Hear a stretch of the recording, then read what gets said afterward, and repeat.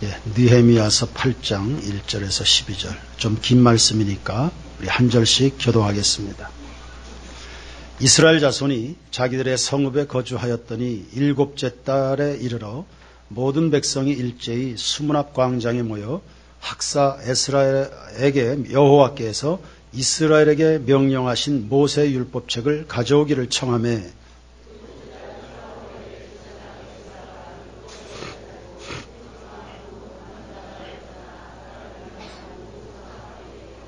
수문 앞 광장에서 새벽부터 정오까지 남자나 여자나 알아들을 만한 모든 사람 앞에서 읽음에 뭇 백성이 그 율법책에 귀를 기울였는데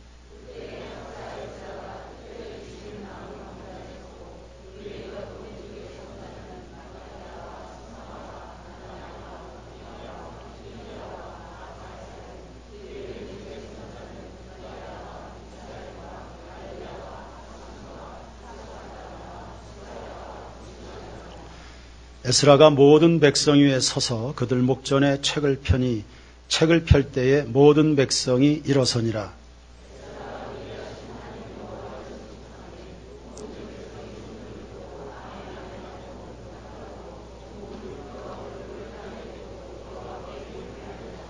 예수아와 바니와 세레베와 야민과 아굽과 사부대와 호디야와 마세야와 그리다와 아사랴와 요사밧과 하난과 블라야와 레위 사람들은 백성이 제자리에 서 있는 동안 그들에게 율법을 깨닫게 하였는데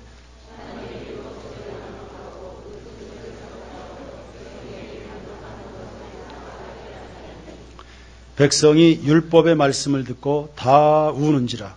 총독 느헤미야와 제사장 겸 학사 에스라와 백성을 가르치는 레위 사람들이 모든 백성에게 이르기를 오늘은 너희 하나님 여호와의 성일이니 슬퍼하지 말며 울지 말라 하고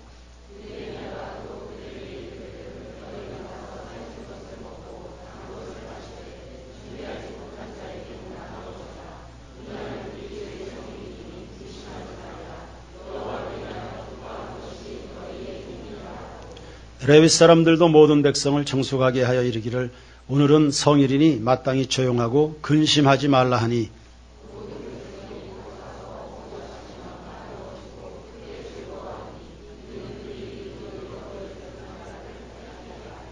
아멘.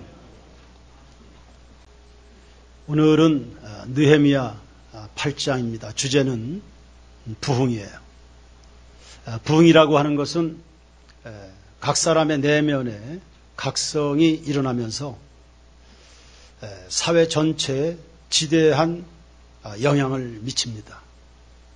그러면서 공동체 전원이 하나님께로 돌아오는 사건을 의미합니다. 역사적으로 이러한 부흥들이 곳곳에서 나타났습니다. 대표적인 것이 사무엘의 주도하에 일어났던 미스바의 부흥을 말할 수 있겠죠. 엘리야 선지자를 통해서 갈멜산의 부흥도 있었습니다. 베드로를 통해서 사도행전 2장의 부흥도 있죠. 그리고 16세기에는 종교개혁자들에 의해서 대규모의 부흥 사건이, 말씀의 부흥 사건들이 일어났습니다. 19세기 후반에 유럽 전역을 휩쓴 영적 대각성 운동도 이야기할 수 있고요. 또 20세기 초반에 우리나라 평양에서 길선주 목사님의 주도하에 일어났던 부흥 운동도 이야기할 수 있습니다. 이제 21세기에는 우리 세인교회를 통해서도 이러한 부흥이 일어나게 되기를 소망합니다. 우리는 지금 느헤미야서를 차례로 공부 중에 있습니다. 이 느헤미야서의 전반적인 전개가 꽤 합리적입니다. 그리고 진행이 매끄럽습니다. 이스라엘 백성들이 포로에서 귀환합니다. 이들은 예배 백성이죠. 성전부터 건축했습니다. 성전은 있지만 성전을 보호할 성벽이 없었을 때 느헤미야가 주도해서 성벽을 52일 만에 수많은 난관을 뚫고 완공을 해냈습니다. 백성들이 생활할 수 있는 외형적 여건이 잘 마련이 된 겁니다. 그러나 사람이 먹을 것과 누울 집이 있다고 해서 살 수 있습니까? 영적으로 채워져야 되죠. 영적으로 공급이 돼야 되죠. 우리의 목마름이 물이 없어서, 우리의 굶주림이 먹을 게 없어서입니까? 그래서 6장을 넘어 7장을 넘어 오늘 8장에선 심령의 부흥을 다루고 있습니다. 이 부흥회가 언제 일어났는가요? 2절 말씀해 보시면 일곱째 달 초하루라 했습니다. 레위기 23장 24절에 보면 이날은 큰 안식일입니다. 나팔을 불면서 성회로 모입니다. 그래서 나팔절이라는 이름도 붙어 있습니다. 근본 저희들이 요르단 이스라엘을 방문했을 때가 바로 이 나팔절이었습니다. 이날이 특별히 의미가 있는 것은 포로에서 돌아온 이후에 성전을 재건하고 처음 제단을 준비하고 거기에서 첫 번째로 번제를 드린 날이 이날이기도 합니다. 민족이 패망한 가운데 그래도 생존한 사람들 속에 감격이 있었겠죠. 그래서 이런 이유 저런 이유들이 모아져서 이 일곱째 달 초하루는 굉장히 의미 있는 날이었습니다. 이 날을 기억하면서 가지고 있었던 아픔이 큰 것만큼이나 하나님의 은혜는 더 실감나도록 전달이 됐겠죠. 감사함이 참 많은 그날의 부흥 집회가 시작이 된 겁니다. 장소는 수문 앞 광장입니다. 넓은 공터입니다. 많은 사람을 유치할 수 있는 좋은 장소입니다. 본래 집회라는 것이야 성전에서 드리겠죠. 성전 마당 뜰에서 드립니다. 그래 짐승을 잡아서 하나님 앞에 제사를 드릴 때는 당연히 성전에서 진행할 겁니다. 그러나 성전이 좁잖아요. 공간이 좁잖아요.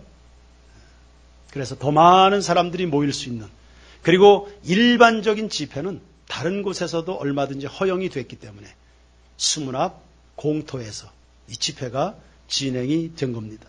어제 우리는 이 좁은 공간을 벗어나서 걸링공원이라고 하는 그 넓은 장소를 예배당 삼아서 원주 시민들과 함께 잔치를 보냈습니다.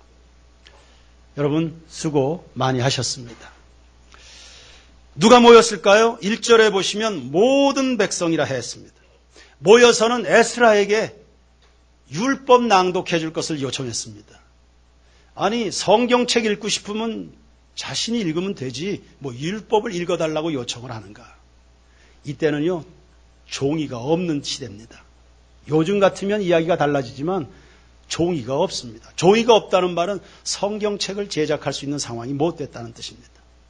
그래서 성전에서 제사장들만이 소장하고 있는 책입니다. 특별한 때 그것을 열어서 백성들에게 율법을 낭독하는 그런 시대 이야기입니다. 이날의 부흥 집회의 특징이 두 가지로 보입니다.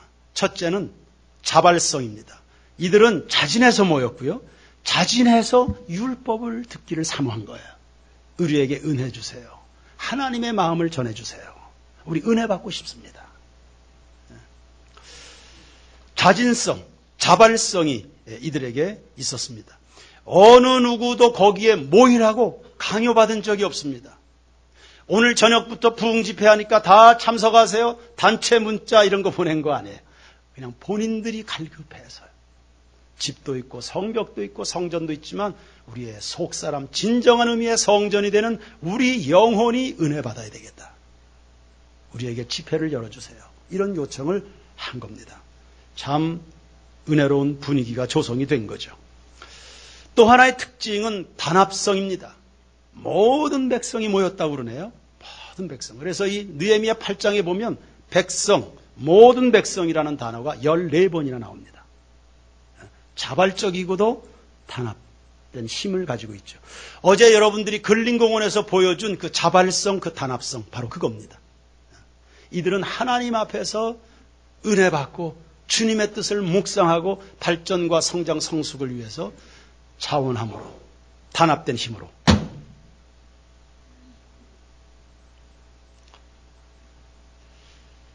보통 절기 때는 남자들 위주로 모입니다. 그러나 이날의 집회는 남자들만 모인 게 아닙니다. 누구든지 말귀를 알아들을 만한 사람들은 다 모였습니다. 여자들도 모이고 애들도 모였습니다. 보통 성경에서는 여자들, 아이들은 그냥 사회적 약자로 분류가 됐었습니다. 그러나 그들까지도 다 이렇게 모인 겁니다. 왜냐하면 그들도 은혜 받을 수 있는 기회가 제공돼야 되죠. 그들도 구원받아야 되죠. 사회적 약자들도 구원받는 일에는 반드시 초청이 돼야 되죠. 구원받고 은혜 받고. 그래서 하나님을 아는 지식과 은혜 받는 일에 참여할 기회 제공돼야 되는 것입니다. 무엇보다 우리의 자녀들은 지적인 훈련뿐만 아니라 믿음의 훈련도 받아야 되는, 그러므로 사랑하는 성도 여러분, 특별히 가장된 성도 여러분들, 하나님께 드리는 공적 예배에 가족들을 꼭 동반해 주시기를 바랍니다. 아멘 하시기 바랍니다. 특히 젊은 자매들, 어린아이들을 한참 양육 중에 있는 우리 젊은 자모들은 귀담아 들으시기 바랍니다. 그 아이들 은혜 받는 일에 제외되면 안 됩니다. 그런데 그 아이들은 여러분이 교회를 오지 않으면 올 수 없잖아요.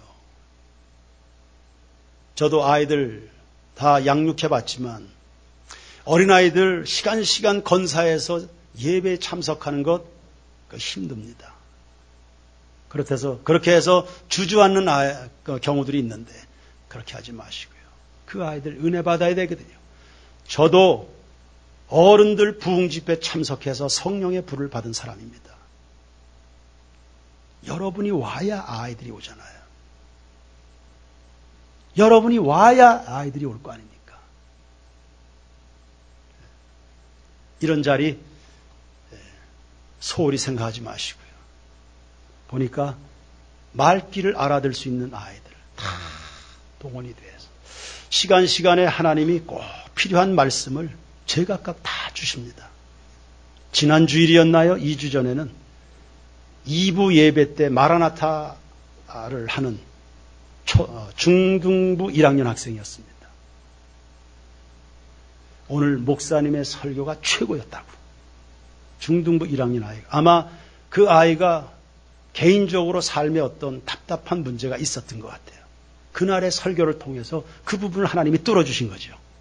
네. 오늘 목사님의 설교가 저는 그럼 다른 때는 별로였냐 이렇게 그렇게 하긴 했지만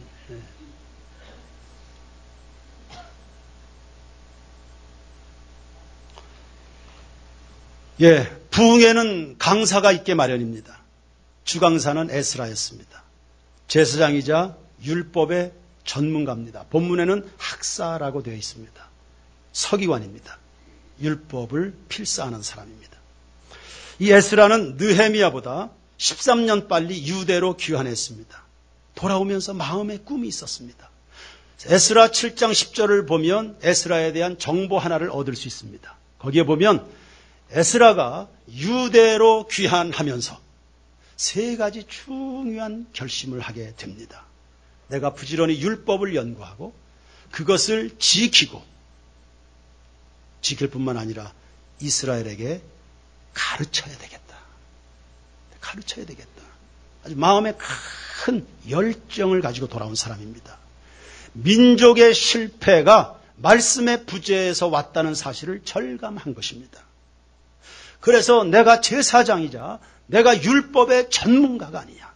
나는 바로 이 부분을 위해서 부름받은 사람인데 내가 이 사명을 잘하질 못했다.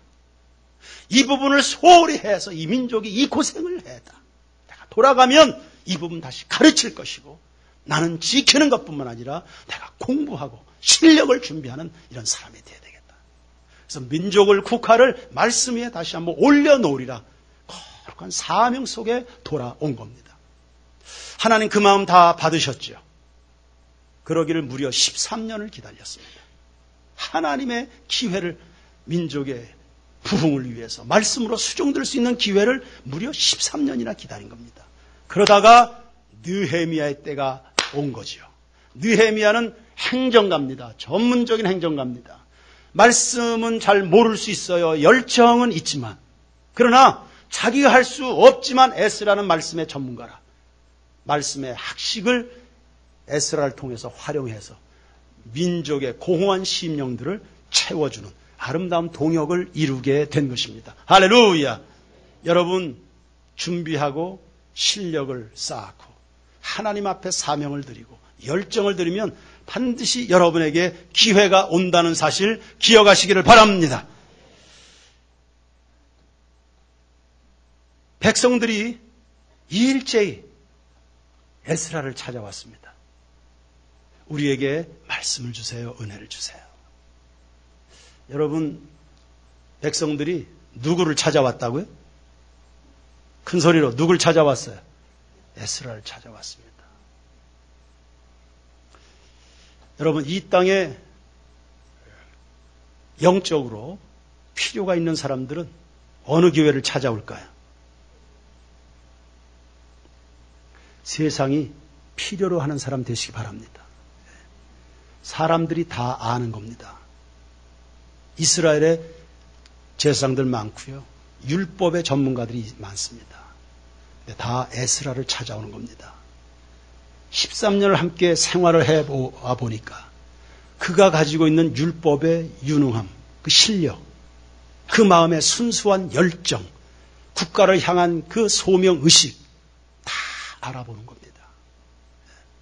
저희들이 정말로 절박하게 필요할 때, 아쉬울 때 백성들이 에스라를 찾아간다. 에스라는 세상을 읽어낼 수 있는 사람이었습니다. 무슨 말입니까? 우리 국가가, 우리 민족이, 우리의 가정이, 우리 회사가, 내 인생이 왜 이렇게 내리막길을 갈까? 도대체 내 삶의 문제의 원인은 무엇일까? 세상의 사람들이 자꾸 왜 엉뚱한 짓을 할까? 여러 가지 중독 증상에 완전히 다 포로가 돼서 왜 이렇게 방황하고 있을까? 인생의 답을 찾질 못해서 고통 중에 사람들이 왜 살아갈까? 이유가 뭡니까? 영적인 궁핍함입니다. 말씀을 먹지 못한, 그래요? 물이 없어서 목마름입니까? 먹을 것이 없어서 여러분의 삶의 불만족입니까? 아니잖아요. 사람들이 갈 길을 잃어버리고 방황하고 세상의 엉뚱한 것들에 사로잡혀서 종노릇하고 그렇게 인생 빼앗겨가는 것은 다른 거 아니에요. 영적인 궁핍이다. 인생 문제의 해결점을 정확하게 아는 사람이죠. 1:1 제자 양육반을 진행하다 보면 굳이 일부러 이야기를 하지 않아도 웬만한 성도들은 그냥 술, 담배를 끊었습니다. 그래도 안 되는 사람들은 더러 있었어요. 그런데 한 번도 그 부분을 건드리지도 않습니다. 이야기하지도 않고 요구도 하지 않고 부담도 주지 않습니다. 그런데 일주일에 한 번 1:1 제자 양육반에 모여서 은혜를 나누는데 그게 말씀의 영향력입니다. 그냥 자발적으로 술, 담배를 끊어요.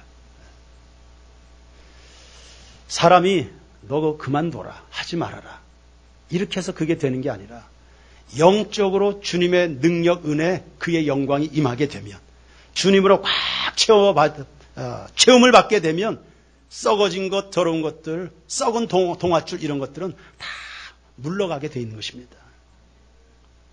이 나라, 이 시대, 이 민족의 문제 해결은 바로 여기에 있는 것입니다. 그러므로 성도 여러분, 에스라처럼 준비하시길 바랍니다. 말씀을 준비하시길 바랍니다. 말씀을 준비해서 복음 들고 가는 거예요. 복음 들고 가는 거예요. 소돔 같은 땅에도, 아골 골짜기 같은 곳에도 그냥 복음 들고 말씀 들고 가는 거예요. 가면은 변화가 일어나고 치유, 회복, 부흥의 사건들이 여러분을 통해서 일어나게 될 줄로 믿습니다.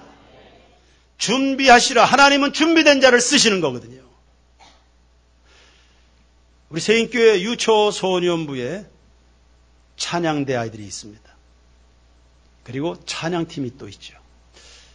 언제부터인가 정확하게는 알 수 없는데 아마 작년부터였나요?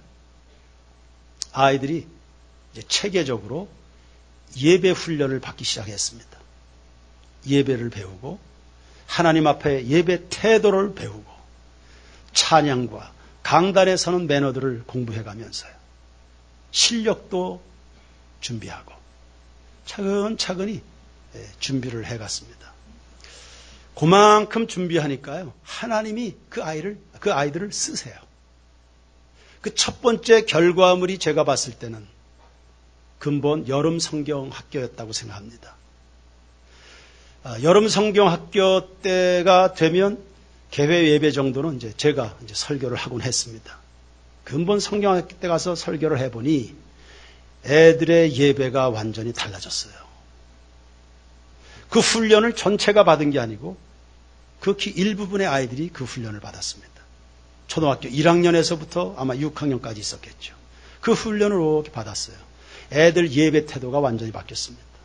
어린아이들이. 좀 과장되게 표현하면 한 명도 예배 시간에 딴청 부리는 아이가 없었습니다.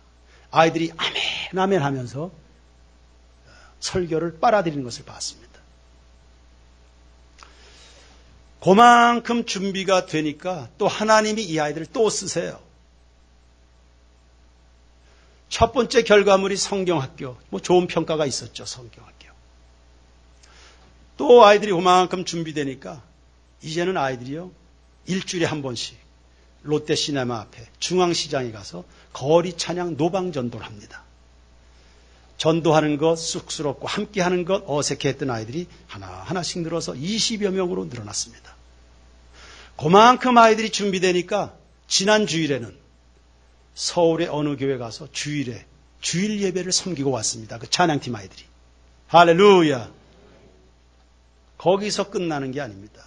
근본에 요르단을 방문했는데 현지 교회의 목사님이 우리 교회학교 사역을 좀 도와주십시오. 그때 제일 먼저 생각난 것이 누구겠습니까? 우리 교회 아이들을 보내야 되겠다. 물론 교사들이 함께 하겠지만 가서 찬양하는 것, 예배하는 것, 교회학교 부흥을 위해서 이 아이들이 참 소중하게 쓰임받을 몫이 있겠다. 여러분 하나님은 이렇게 준비되면 쓰시는 거예요. 야베스의 지경이 넓어지듯이 아이들이 준비를 하고 훈련을 해놓으니까 성경학교 때 한번 터지죠. 거리에서 터지죠. 이제는 요르단까지. 이번 겨울 방학 때는 하나님이 기회를 주시면 저기 전라남도 영광에 가서 또 교회학교 사역을 그 아이들이 이제 하게 되겠죠. 준비하면 하나님 쓰신다. 준비하면. 세계를 품은 그리스도인들이요. 이 시대의 위대한 부흥을 꿈꾸면서 여러분의 마음의 그릇들을 준비하시길 축원합니다. 영성을 준비하시고 말씀을 준비하시고 하나님이 여러분에게 허락하신 은혜와 능력과 자질들 잘 갈고 닦으셔서 느헤미야처럼 행정적 리더십이 있다면 준비하시고 하나님 앞에 그것을 드리시고 에스라처럼 성경을 여러분들이 알고 있다면 그 말씀을 주의 은혜로 잘 버무려서 준비하시고 반드시 여러분의 섬김의 지경을 세계적으로 넓혀 주실 줄로 믿습니다. 주강사만 있는 게 아니라 보조 강사들도 있었습니다. 4절에 보시면 13명의 이름이 등장하죠. 이 사람들은 강단에서 에스라 좌우에 함께 있다가 에스라가 율법을 낭독합니다. 낭독하다 보면 지칠 수 있겠죠. 그때 대신 낭독해 주는 사람들입니다. 모세가 기도하러 산에 올랐을 때 모세 혼자 올라간 것이 아니라 아론과 훌이 함께 올라가서 거들어주지 않습니까? 동역자들입니다. 7절에도 보면 13명이 또 나옵니다. 이 사람들은 저 강단 아래에서 수많은 인원들이 모여 있습니다. 요소에 곳곳에 이렇게 흩어져서 강단에서 에스라가 말씀을 선포합니다. 그러면 그 말씀을 잘 해석해서 깨닫도록 백성들에게 적용시켜주는 교사 역할을 한 것입니다. 부흥은 에스라 혼자만의 사역이 아니었다는 거죠. 돕는 자들이 있었다는 것입니다. 이 26명의 사람들의 이름을 잘 보시면 그 이름에 엘 혹은 야자라는 이름이 대부분 붙어 있습니다. 엘 하나님이에요. 야 또 하나님입니다. 그러니까 이 이름들이 전부 하나님과 관계되어 있습니다. 하나님을 경외하는 가문에서 태어났고요. 어려서부터 신실하게 영적으로 훈련받았다는 뜻입니다. 하나님은 준비되고 훈련된 사람들을 쓰신다. 그러므로 우리가 교회학교 아이들에게 심혈을 기울이는 이유 바로 여기에 있습니다. 왜요? 20년, 30년이 지나면 그들의 시대가 되잖아요. 여러분의 지금 슬하에서 자라난 아이들, 교회학교 어린아이들 20, 30년 후에는 그들의 시대가 되는 겁니다. 그러니 준비하고 훈련하는 거지. 저는 개인적으로 교회학교 교사들은 가급적이면 어려서부터 교회학교에서 자라난 교회학교 출신의 성도들이 교사하면 좋겠다 싶은 생각이 있어요. 물론 중간에 은혜 받아서 가슴 뜨끈뜨끈하게 섬기는 사람들도 다 하나님이 쓰시겠지만 어려서부터 교회학교에서 다 이렇게 자라난 이런 사람들이 교회학교 부장도 하고 부감도 하고 교사도 하고 감이 있지 않습니까? 감이.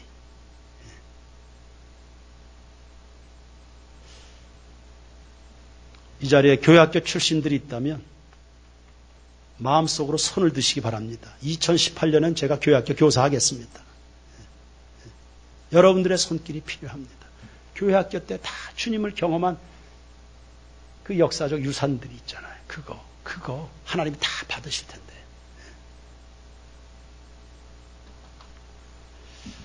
학식과 열정 준비해 놓으면 하나님이 쓰시고 누군가는 우리를 와달라고 요청을 하게 될 겁니다. 자, 이제 크게 세 번째요. 부흥의 현장을 들여다보십시다. 5절부터 보시면 에스라가 말씀을 펼 때 모든 백성이 일어났습니다. 하나님에 대한 경외심입니다. 이것을 사람들에게 적용하면 존경심이죠. 저희 교회 사무실에서 누구라도 사무실에 이렇게 들어오면 일어나서 인사하도록 그렇게 하고 있습니다. 택배기사가 들어오든지 우편 배달부가 오든지 그냥 앉아서 그냥 어서 오세요 이렇게 하는 게 아니라 다 일어나서 인사하도록 존경심입니다. 마찬가지로 만왕의 왕 되신 하나님께서 말씀을 펼 때 강림하신다는 그 신뢰를 따라서 백성들이 일제히 일어나서 하나님에 대한 경외심을 표현한 것입니다. 6절에 보시면 에스라가 하나님을 찬양하네요. 여러분 이 부흥의 요소를 잘 보시면 이벤트가 아니에요. 이벤트 요소가 없어요. 의식을 위한 의식, 예배를 위한 예배, 순서를 위한 순서 이런 거 없습니다. 그냥 말씀과 찬양에 집중하는 거예요. 말씀 앞에 두려움을 가지고 그리고 말씀을 증거하는 사람은 하나님만 높이는 거예요. 할렐루야! 이번 부흥회가 이런 부흥회 되길 주의 이름으로 축원합니다. 하나님은 위대하시다. 주는 존귀하신 분, 주는 존귀하신 분. 말씀에 감사는 하나님을 높이고 백성들은요 그저 손을 들고 아멘 아멘 합니다. 손을 든다 무슨 뜻이에요? 내 인생의 모든 소망과 기대는 하나님에게 있습니다. 이런 뜻입니다. 심령의 사모함을 따라서 부흥회를 시작했습니다. 이들이 입술이 반응하고요. 두 손이 반응하고요. 그리고는 몸을 숙여서 얼굴을 땅에 대고 엎드려 경배합니다. 그들의 몸 전체가 말씀 앞에 반응하는 겁니다. 마음이 반응하고 육신도 반응하는. 그래 여러분들 오해하지 마시길 바랍니다. 내가 뭐 마음으로 믿으면 되는 거지 뭐 이렇게 하는데 아니에요. 찬양할 때 입을 열어서 찬양하고 때로는 찬송할 때 박수도 때로는 두 손을 높이 들어서 때로는 일어나기도 하고 필수적인 요건은 아니지만 하나님의 살아계심 앞에 온 몸과 마음이 함께 반응하는 겁니다. 분명히 은혜 생활에 발전이 있게 될 것을 믿습니다. 몸을 굽혀 얼굴을 땅에 대고 경배한다. 이 뭔 뜻입니까? 복종입니다. 주님 말씀하시면 제가 듣겠습니다. 여러분 부흥의 완성은 복종에 있습니다. 사모합니다. 은혜 주세요. 이건 부흥. 이거 부흥의 전부가 아닙니다. 아무리 은혜 받은 뭐예요? 사모함 뭐예요?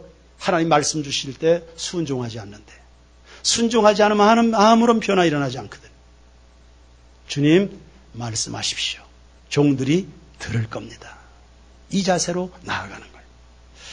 자, 집회 시간도 성경에 나타나 있습니다. 3절에 보시면 새벽에서부터 정오까지입니다. 6시간입니다, 무려. 6시간 동안 에스라는 강단에서 하나님의 대변인으로 말씀을 증거하고 백성들은 율법에 귀를 기울였습니다. 귀를 기울인다는 것은 그 말씀의 마음을 뺏기고 있다는 뜻입니다. 이들은 하나님의 말씀이 들려질 때 논평하지 않았습니다. 그리고 다른 사람들이 은혜 받는 일에 참견하거나 기웃거리거나 회방하지 않았습니다. 집회를. 여러분, 약삭 빠른 사람들, 눈치 빠른 사람들 어떻게 반응할까요? 지금 집회가 진행 중에 있습니다. 곳곳에 13명의 보조 강사들이 말씀을 나누고 있습니다. 자기 사역자에게 집중하지 않고요. 저기는 어떻게 가르치나? 또 저쪽 그룹은 또 어떤 은혜가 있나? 이래가지고 기웃거리고 왔다 갔다 할 수 있잖아요. 그 광장의 그 공터에서 이리 갔다 저리 갔다 여기 이렇게 그렇게 하지 않았겠어요? 약삭빠른 사람들 같으면. 그런데 아니요. 자기 앞에 서 있는 이 말씀의 사역자가 하나님 오늘 나에게 붙여주신 은혜의 통로인 줄로 믿어서 그의 가르침, 그가 깨닫게 해주시는 그 은혜에 집중하고 있는 그런 모습입니다. 이것이 느헤미야 8장의 부흥의 풍경인데 결과를 한번 보십시오. 9절 말씀을 다 같이 보겠습니다. 9절 말씀 제가 봅니다. 백성이 율법의 말씀을 듣고는 어떻게 했습니까? 다 울었습니다. 다 울었습니다. 왜 울었을까요? 왜 울었을까요? 하나님의 말씀을 듣고 다 우네요. 왜 울어요? 왜 울어요? 왜 울어요? 여러분, 죄가 보이니까 우는 것입니다. 죄가 보이니까. 하나님의 말씀을 통해서 은혜 받지요. 삶의 문제에 대한 해답을 얻기도 하죠. 그러나 가장 먼저 여러분 말씀을 들을 때마다 여러분의 속에 감추어져 있는 죄가 들여다보여야 이게 은혜고 이것이 각성이고 이것이 부흥이 되는 줄로 믿습니다. 부끄럽지요. 내가 저지른 죄가 내가 말씀대로 살질 못했구나. 내가 말씀대로 살질 못했구나. 내가 하나님의 백성임을 자처해왔지만 내가 말씀대로 살질 못했구나. 인생의 고통이라고 하는 것, 영적인 무지와 영적의 실패라고 하는 어둠에서부터 오는 것인데 내가 이 사실을 깨닫질 못했구나. 부끄러워서 울고 그동안 속아서 죄에 빠져서 종노릇하면서 그렇게 살아가는 인생이 억울하고 원통해서 울고 죄에는 하나님의 두려움의 진노와 징계가 있지 않습니까? 주님이 두려워서 울고 백성들이 다 울었다고 그래요. 다 울었다. 성령의 역사죠. 이번 부흥회 때 우리 모든 교우들에게 성령으로 말미암아 죄가 보여지는, 죄가 드러나는, 차고가는 역사들이 일어나게 되기를 축원합니다. 그러나 성경은 죄만 보여주지 않습니다. 성경은 그 죄인이 살 길도 보여줍니다. 그게 바로 복음입니다. 죄의 싹은 사막이지만 하나님의 은사는 우리 주 예수 그리스도 안에 있는 영생이니라. 할렐루야! 내가 비록 실패한 인생을 살았지만 하나님의 긍휼은 위대하고 내가 비록 허물진 모습들, 실패한 모습들 많이 가지고 있지만 그럼에도 불구하고 사랑하시는 하나님의 손길 때문에 내가 다시금 기회를 얻을 수 있다는 소망이 있는 것이죠. 그래 기독교의 신앙은 슬픔으로 끝나지 않고 슬픔 대신 희락을, 죄 대신 화관을. 기독교 신앙은 십자가로 끝나지 않죠. 예수 그리스도로 말미암는 부활의 승리로 나아가게 되는 줄로 믿습니다. 그래서 죄를 깨달아서 백성들이 막 웁니다. 그런데 9절, 10절, 11절에 보면 울지 말아라, 슬퍼하지 말아라, 근심하지 말아라, 기뻐해라. 하나님을 기뻐하는 것이 너희의 힘이라고 했습니다. 우리의 부족함, 죄로 죽어 마땅한 우리의 부족한 사람들이지만 그런데도 불구하고 사랑하시는 주님의 손길 때문에 그 소망해서 그래 느헤미야나 에스라가 이야기합니다. 오늘은 성일이다. 안식일입니다. 여러분, 안식일이 뭐 하는 날이죠? 주일이 뭐 하는 날입니까? 구원받은 날 아닙니까? 나 같은 죄인이 주님의 사랑에 십자가에 사랑받아서 구원받은 거 감사해서 기뻐해서 춤을 추는 날이 구원의 날이 아닙니까? 지금은 성일이다. 그래, 과거의 수치스러운 모습들이 있지. 이스라엘 백성들은 70년 동안 포로 생활했습니다. 하나님의 징계였습니다. 때가 됐습니다. 하나님이 징계를 거두셨습니다. 이스라엘 백성들 돌아왔습니다. 회복입니다. 과거의 부끄러운 수치가 물러간 것입니다. 그들에게 새로운 날이 온 것입니다. 그것이 나팔절 큰 안식일이었습니다. 그러니 지금은 슬픔에 젖어 있지 말고 오늘은 기뻐하는 날이다. 할렐루야! 사람에게 울 때가 있겠죠. 그러나 웃을 때도 있다는 사실을 깨달아야 되는데, 예수 없는 우리의 인생은 우로 마땅하겠지만 그리스도 예수 안에 있는 여러분의 인생 언제나 웃고 기뻐하고 소망으로 충만한 그런 생애를 살아가는 것 마땅하게 된 줄로 믿습니다. 그래서 그리스도 안에 있는 성도의 의무는 기뻐하는 거예요. 항상 기뻐하라.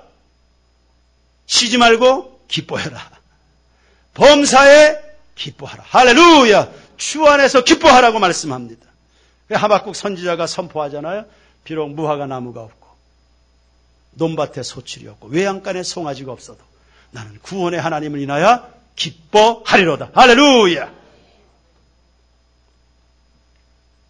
그런데 이 기쁨의 질적 수준도 있습니다. 10절 말씀 한번 보십시오. 10절 말씀. 느헤미야가 또 그들에게 이르기를 너희는 가서 뭘 먹으라고요? 어떤 거 먹어요? 살찐 것을 먹고 단 것을 마시되. 여러분, 너희가 가서 오늘은 기뻐하는 날이다. 너희 가서 먹되 비실비실한 거 먹지 말고 좋은 거 먹으라. 이것은 하나님을 향한 여러분의 기쁨이 최상급의 기쁨이 되어야 된다는 뜻입니다. 아멘 하시기 바랍니다. 돈 때문에 기뻐할 수 있죠. 자식들 때문에 기뻐할 수 있습니다. 직장 때문에 기뻐할 수 있습니다. 대학 진학 때문에 기뻐할 수 있습니다. 애완동물들 때문에 여러분이 기뻐할 수 있습니다. 그러나 거기에 보내주는 기쁨 그 이상으로 하나님을 향한 구원의 감격이 최상급이어야 된다. 다시 이야기합니다. 여러분은 어떤 것으로 그렇게 기뻐합니까? 여러분 기분 좋을 때가 언제입니까? 위로받을 때가 언제입니까? 그런데 주님으로 말미암는 그 기쁨이 최상급이어야 된다. 하나님을 향한 감사, 기쁨, 예배, 찬송이 여러분 마음을 다하는 최고의 것이 되어야 된다. 하나님 앞에 나갈 때.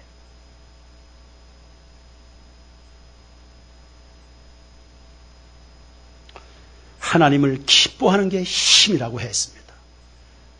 하나님을 기뻐하는 것이 여러분 인생의 최고의 기쁨이다. 하나님 기뻐하는 것이. 삶이 우울한가요? 수많은 문제에 둘러싸여서 파도같이 시험거리가 옵니까? 아무 생각하지 마시고 하나님을 기뻐하시길 바랍니다. 인생의 수많은 문제를 물리치는 능력은 하나님을 기뻐할 때 오는 것입니다. 빌립보 감옥에 갇힌 바울과 실라처럼 말입니다. 찬송을 부르세요. 찬송을 부르세요. 놀라운 일이 생깁니다. 찬송 부르세요. 할렐루야. 하나님을 기뻐하십시오. 마음이 우울합니까? 예.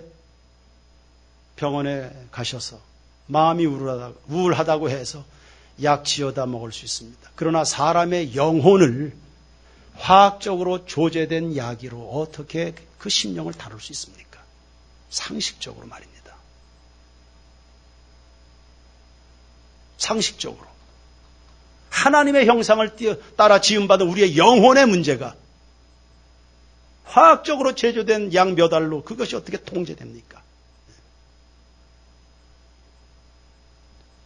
하나님 앞으로 나아가셔서 하나님을 기뻐하시길 바랍니다. 근원적으로 여러분의 심령에서부터 영육간의 문제 다 치유받고 회복이 일어나서 하나님 살아계신 것 반드시 경험할 것 믿습니다. 그래서 사람의 심령이 병을 능히 이겨버린다 하지 않습니까? 여호와를 기뻐하라, 여호와를 기뻐하라. 그리고 이 기쁨을 독식하지 마시고요. 10절 말씀 한 번 더 봅니다. 느헤미야가 또 그들에게 이르기를 너희는 가서 살진 것을 먹고 단 것을 마시되 준비하지 못한 자에게는 어떻게 해요? 어떻게 해요? 나누어 주라, 나누어 주라, 나누어 주라. 예, 경제적으로 미숙한 자들에게 나누어 줄 수 있겠죠. 사도행전 2장처럼 서로 물건을 통용하고 자기 것으로 고집하지 않고 영적으로 준비되지 못한 사람들 나눠주고 인생의 정답을 갖지 못한 사람들 나누어주고 확산되는 부흥입니다. 퍼져가는 기쁨입니다. 주님 그리스도로 예수로 말미암아 여러분이 경험된 그 기쁨 정체되어 있으면 안 되죠. 흐르고 흘러서 도시를 적시고 민족을 적시고 열방을 적시는 확산되는 부흥을 이야기합니다. 이 말씀은 우리 성도들이 인생을 살아갈 때 진정한 기쁨이 무엇인지를 보여주는 말씀입니다. 어제 바자회를 진행했죠. 근린공원에서. 주정관 목사님, 김재곤 집사님과 함께 잠깐 이야기를 나누었습니다. 주정관 목사님은 저희 바자회 이제 처음 참석하셨죠. 아마 보기에 좋으셨던 모양이에요. 그래서 이제 그런 부분을 이렇게 이야기하는데 김재곤 집사님이 이렇게 이야기했습니다. 오늘 하루 이렇게 보내는 것이 참 마음에 상쾌함이 있습니다. 오늘 이렇게 보내는 것이 이렇게 하루를 지내다 보면 마음에 상쾌함이 있습니다. 하나님은 우리 성도들에게 진정한 기쁨이 무엇인지를 가르쳐 주시는 겁니다. 나누는 거죠. 나누는 겁니다. 시간을 나누고 마음을 나누고 물질을 나누고 에너지를 나누고 은사를 나누고 열정을 나누고 요르단을 방문했을 때 인도 가정을 만났습니다. 불법 체류자들이었습니다. 아버지가 인도 사람, 또 어머니는 또 동남아 사람이었습니다. 거기에서 태어난 자녀들은 인도에 가본 적도 없습니다. 인도에 아무런 근거도 없습니다.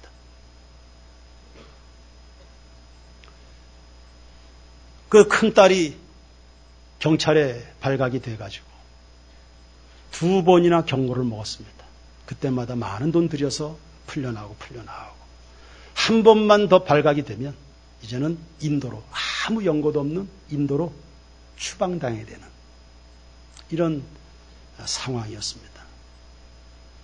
그 불법 체류자 신분을 벗어나기 위해서는 800만 원의 재정이 필요하다고 그랬습니다. 그동안 선교사님이 이렇게 저렇게 수소문해서 많은 부분을 이렇게 모으셨습니다. 그리고 일정한 부분이 좀 남아 있었는데 저희 방문팀들이 십시일반해서 그 나머지 부분을 이렇게 채웠죠. 방문한 성도들은 그 자체로 굉장히 행복해했습니다. 그렇게 됐을 때 여러분 한번 생각해 보십시오.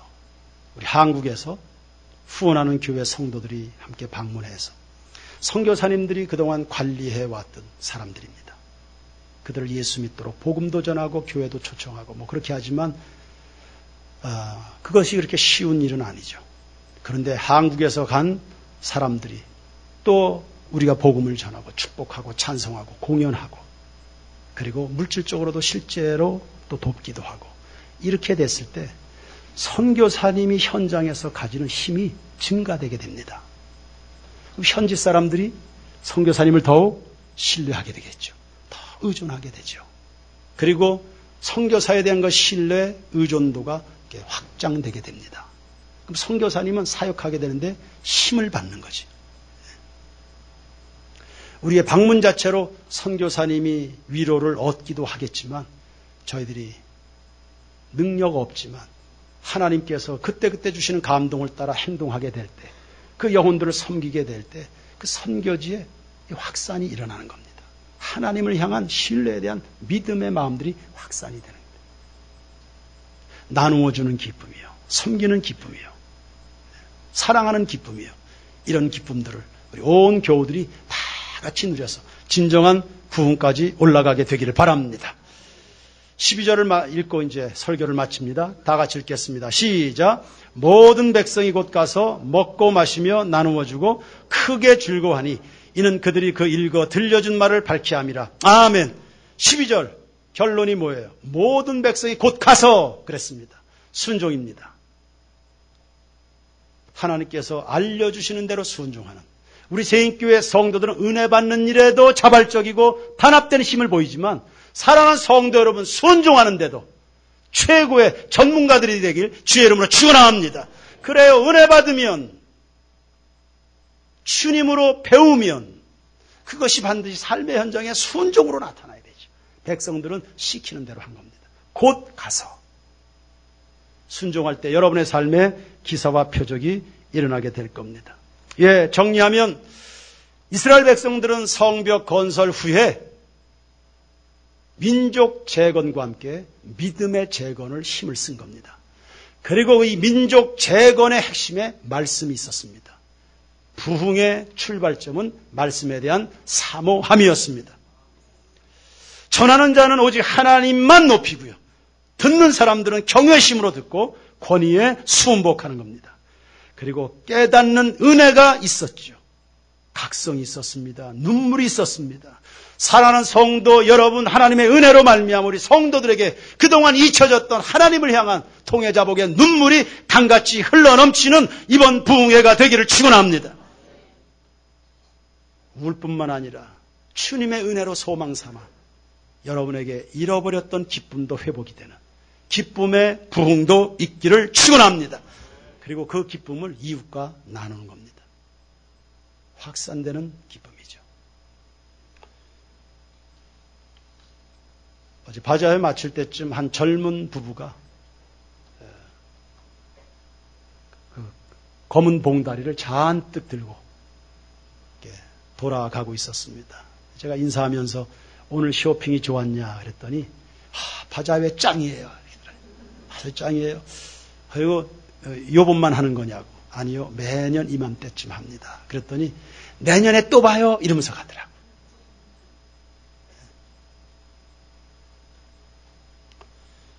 물론 내년에 고려해야 될 상황이 있죠. 우리 예배당 이전 때문에 식당 건물, 교육관 건물을 이미 매각을 했습니다. 내년에 식당이 없어요. 이게 어떡하나. 그러나 방법이 있겠죠. 방법이 있습니다. 방법이 있죠. 방법이 있을 겁니다. 하여튼 설거지만 처리할 수 있으면. 왜냐하면 원주 시민이 부르잖아요. 내년에 또 보자 그러는데. 내년에 또 보자. 내년에 또 봅시다. 오늘 짱이었어요. 이러면서. 설거지만 해결하면 될 수 있을 것 같아요. 이번 부흥회가 여러분의 부흥회가 되셨어요. 느헤미야 8장의 부흥회 사건이 우리 세인교회 3주간 연속 부흥의 사건으로 이어지게 해 주시옵소서. 일부러 그렇게 맞춘 것도 아닌데 느헤미야서를 설교하다 보니까 그냥 오늘 부흥회가 시작되는 오늘 이 본문을 주시네요. 마침 어제는 원주 시민들과 더불어 우리가 나눔 행사를 가졌고요. 하나님이 뜻하신 바가 있는 부흥회가 될 줄로 믿습니다. 찬양 드리겠습니다.